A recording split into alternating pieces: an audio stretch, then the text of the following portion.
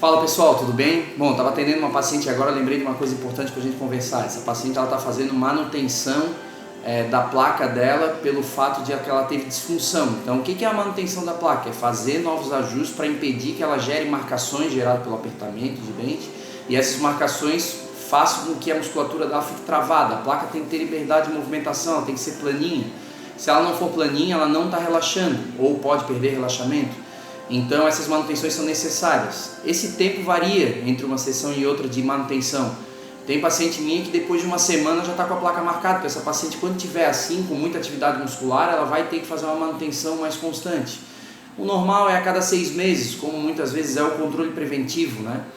Tá bom? Então se você tem uma plaquinha, vai lá, leva no seu dentista que de repente está na hora de fazer um novo ajuste nela.